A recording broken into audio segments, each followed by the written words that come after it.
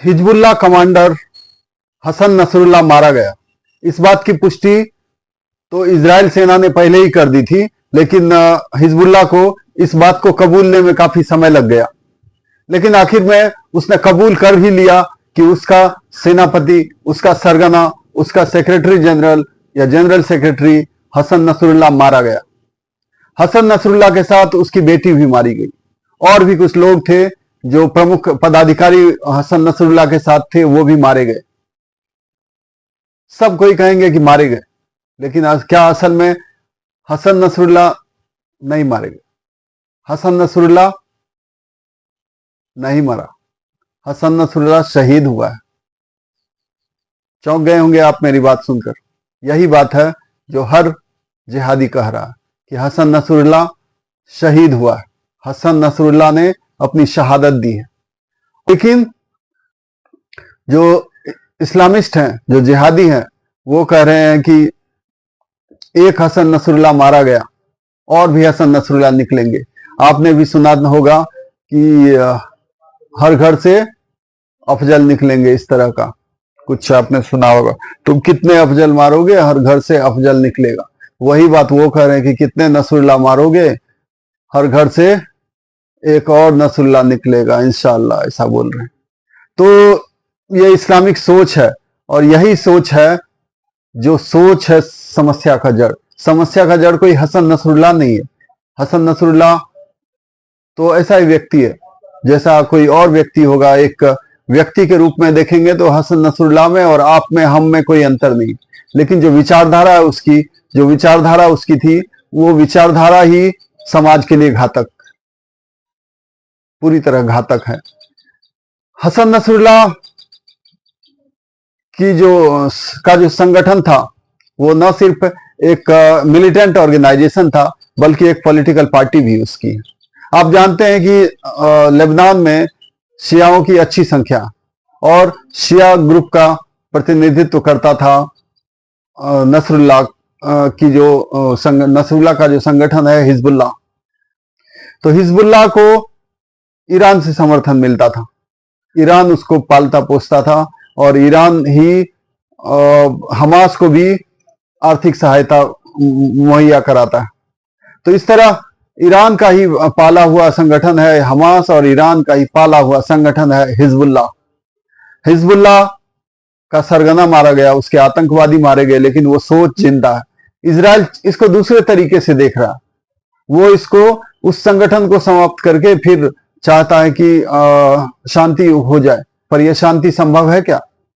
क्योंकि आप व्यक्ति को मारेंगे, व्यक्ति नए पैदा होंगे।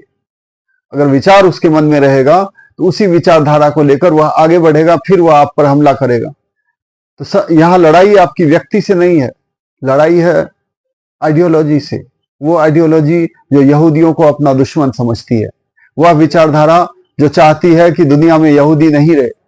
आपको एक निजी अनुभव सुनाऊंगा, बहुत आश्चर्य की बात आपको लगेगी कि मेरे कुछ विद्यार्थी पढ़ रहे थे, मैं पढ़ाता हूं तो विद्यार्थी थे, उसमें एक मुस्लिम लड़का था, कई सारे मुस्लिम लड़के थे। तो उसने जब उस दिन मैं इंग्लिश में कुछ वर्ड्स लिखा रहा था, अलग अलग जो रिलीजन है उन रिलीजन्स के ऊपर वर्ड्स लिखा रहे थे, उनके नाम लिखा रहे थे।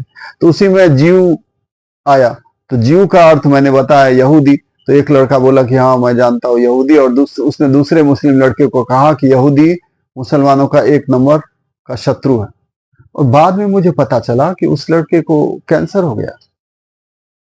उसके अंदर ये जो जहर भरा हुआ था, ये जहर दूसरे यहूदियों के प्रति। मैंने जब समझा कि अगर सारे यहूदी कैसे बुरे होंगे भाई, सारे यहूदी तुम्हारे दुश्मन हो जाएंगे, कोई व्यक्ति होगा कि पूरे के पूरे यहूदी। तो दूसरे जो और मुस्लिम लड़के थे, बच्चे सब थे, तो वो सब बोले हाँ सही बात है, सारे कैसे होंगे, कोई गांव का पूरा ही थोड़ी हो जाएगा किसी का दुश्मन, कोई व्यक्ति दुश्मन होगा। तो इस तरह जो एक विचारधारा है जो कि यहूदियों को अपना दुश्मन मानती है, वो इजराइल के अस्तित्व को नकारती है। जब तक ऐसी विचारधारा रहेगी तब तक आप कैसे शांति की उम्मीद कर सकते हैं?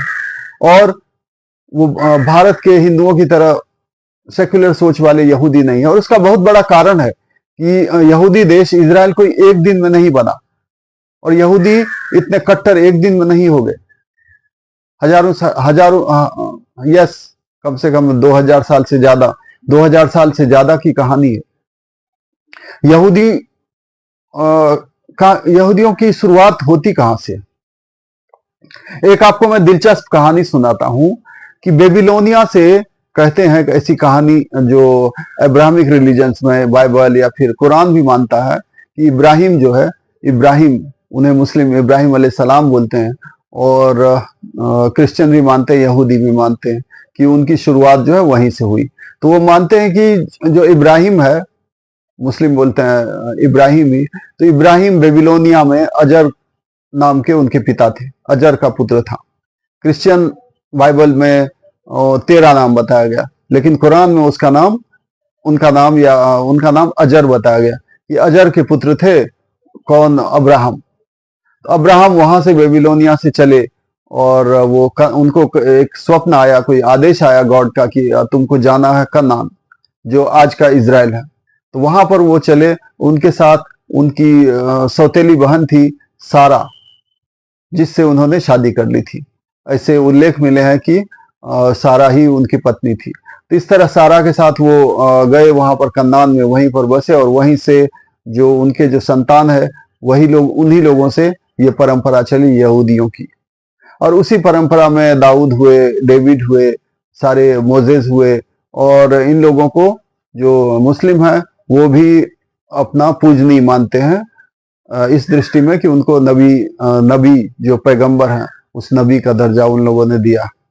तो इस तरह जो शुरुआत हुई है, शुरुआत एक ही है, चाहे यहूदी हो या ईसाई हो या मुस्लिम हो, शुरुआत उनकी एक ही है, इब्राहिम से। तो इब्राहिम वहां पर आकर बसे, और इस तरह धीरे धीरे वहां पर वो यहूदी देश बन गया। जो स्थानीय लोग होंगे, कुछ स्थानीय लोग भी होंगे ही जरूर, तो साथ में ये भी रहने लगे और इनका ही राज्य कायम हो गया। तो यहूदी मानते हैं कि उनका जो स्थान है, उनका जो असली भूमि है, वो कनान है। और बाद में जब ईसाइयों का दौर आया, ईसाइयों की शक्ति थी, या फिर ऑटोमन अंपायर में, खास करके ऑटोमन अंपायर में यहूदियों, और पहले तो यहूदियों की जो कहानी है वो भरपूर भरी हुई है काफी यातनाओं से, कष्टों से। यहूदियों को इजिप्ट ने, मिस्र ने गुलाम बना दिया था, वहां पर गुलाम बनाकर कैद कर लिया था। वहां से उनको कहते हैं कि मोजेस ने मुक्ति दिलाई थी। तो खैर ये बहुत बड़ी कहानी है कि उनके साथ क्या त्रासदी हुई, लेकिन उन्होंने अंततः कनान में, जो आज का इजराइल है, वहीं पर उन्होंने अपना देश बसा लिया। और कालांतर में क्या हुआ कि ऑटोमन एम्पायर के दौर में, या उसके पूर्व भी जो रोमन एम्पायर था, उस दौर में भी रोमन एम्पायर का वहां पर शासन था। उस दौर में यहूदी विभिन्न देशों में, दुनिया के कई देशों में गए, और अधिकांश देशों में उनके साथ उत्पीड़न हुआ, उनके साथ अन्याय हुआ, उनके ऊपर बहुत सारे जो अत्याचार हैं वो किए गए। जर्मनी ने तो अति कर दी, हिटलर ने, कहते हैं, लाखों यहूदियों को मारा।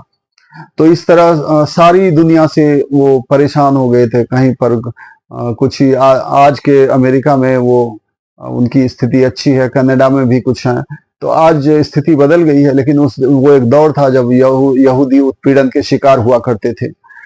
अंततः सारे जो दुनिया भर के यहूदी हैं, जो अपने को डायस्पोरा कहते हैं, डायस्पोरा वर्ड जो है उन्हीं लोगों से शुरू हुआ कि यहूदी डायस्पोरा, जीव डायस्पोरा, वो सारी दुनिया से इकट्ठे होकर उनका संगठन हुआ करता था और मीटिंगें हुआ करती थी। मीटिंगों में वो बोलते थे, ठीक है, अगली बार हम मिलेंगे कहाँ? हमारे यहूदी देश में।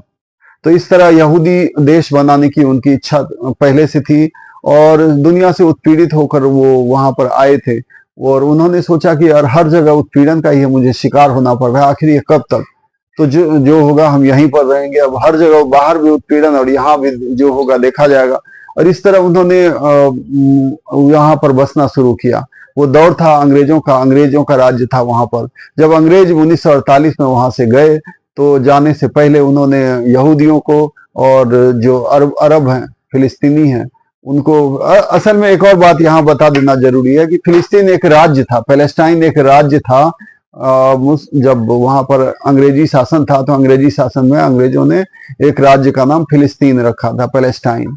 तो उसी राज्य में जाकर जो यहूदी हैं वो भी बसे, और जब दोनों के पास ये अवसर था, मौका था कि दोनों ही अपना स्वतंत्र राज्य घोषित करें, तो यहूदियों ने किया, और जो मुस्लिम है उन्होंने सेपरेट नहीं करके उन्होंने यहूदियों के खिलाफ युद्ध छेड़ दिया कि ये यहाँ पर कैसे रहेगा, कैसे इसका एक स्वतंत्र देश हो सकता है। तो लड़ाई 1948 से शुरू है। 1948 से ही यहूदियों में और फिलिस्तीनियों में युद्ध जारी है। दोनों एक दूसरे के जान के दुश्मन बने हुए। यहूदियों का अस्तित्व जो इस्लामी हिस्ट्री है उसके अनुसार अस्तित्व होना ही नहीं चाहिए। उनके ऊपर जो चाहे कोई भी, मैंने आपको उदाहरण दिया, मेरे गांव का एक विद्यार्थी वो बोल रहा है कि यहूदी जो है मुस्लिमों का दुश्मन है। कैसे उसके अंदर ये सोच है? यहाँ पर तो कोई यहूदी नहीं है। हमारे भारत में यहूदी अब नाम मात्र को, अगर केरल में एक दो होंगे और कुछ मुंबई में हो तो हो, बस गिने चुने होंगे। और फिर उस लड़के को यहूदी उसका दुश्मन लग रहा है मुसलमानों का। आखिर कौन सी विचारधारा है जो उसके अंदर इस बात को जन्म देती है कि यहूदी उसके दुश्मन है? तो ये जो सोच है, इस सोच को जब तक इजराइल खत्म नहीं करेगा, इस सोच को जब तक समाप्त नहीं करेगा, तब तक इजराइल के जो विरुद्ध युद्ध है वो कहाँ से संभव है? कुछ दिनों के लिए शांति होगी, फिर उसी शांति के दौर में तैयारियां होती रहेगी, फिर अगली बार फिर कोई हमला होगा और फिर उसका रिएक्शन होगा। इस तरह ये कुचक्र, एक जो रीजनल वॉर है, जो अरब दुनिया में या मिडिल ईस्ट में, मध्य पूर्व में जो एक रीजनल वॉर है, एक क्षेत्रीय वॉर है, उस क्षेत्रीय युद्ध जो है एक रीजनल वॉर, इस रीजनल वॉर के रूप में ये सब उस का रूप ले सकती है और ये चलता रहेगा। और इसका निकट भविष्य में तो कोई सॉल्यूशन पूरी तरह दिखाई नहीं देता।